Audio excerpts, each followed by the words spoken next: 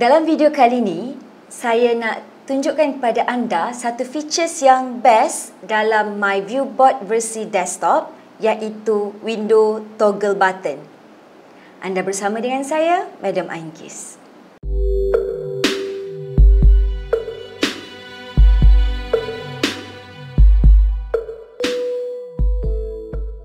So, sekiranya anda telah buka MyViewBoard versi desktop anda boleh lihat pada bahagian toolbar, ikon yang paling atas itulah merupakan window toggle button.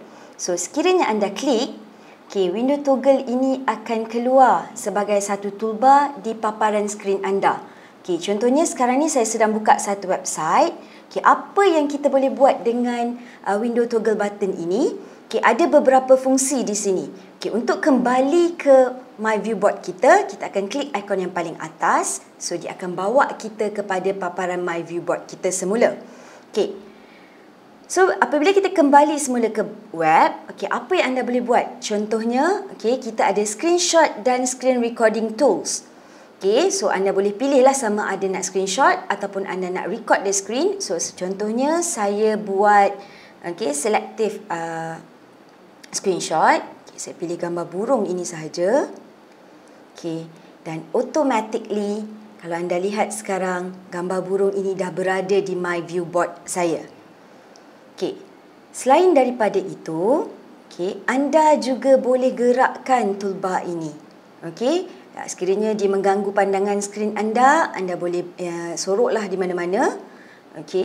Dan anda juga boleh menggunakan fungsi magic box pada paparan skrin anda. Contohnya, sekiranya anda klik magic box, anda boleh pilihlah mana-mana fungsi dalam magic box ini. Contohnya, katalah saya nak tambah another picture.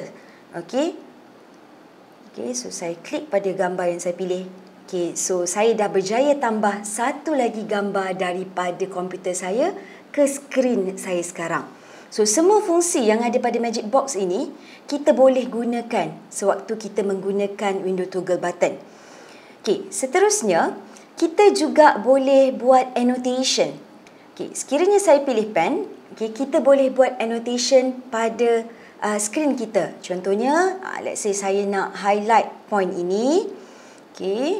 So, the curve bill partridge leaf.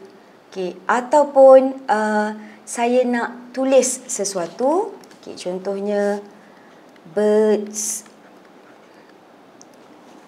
So, fungsi ini mampu membolehkan anda annotate pada skrin anda. Akan tetapi, satu kekurangan yang saya rasa mungkin boleh diperbaiki pada masa depan, sekiranya anda scroll, annotation tadi akan kekal di skrin. Dan dia bukan kekal pada kita punya paparan. So, apa yang anda boleh buat untuk dia tidak mengganggu, anda boleh pilih pada eraser dan anda boleh clear all stroke on canvas. So, anda bolehlah scroll dan teruskan buat annotation pada bahagian-bahagian yang anda ingin terangkan. So, dengan menggunakan window toggle button ini, anda boleh annotate pada skrin anda dan memudahkan proses PdP dan juga proses anda buat presentation atau sebagainya. Kita jumpa lagi dalam video-video akan datang.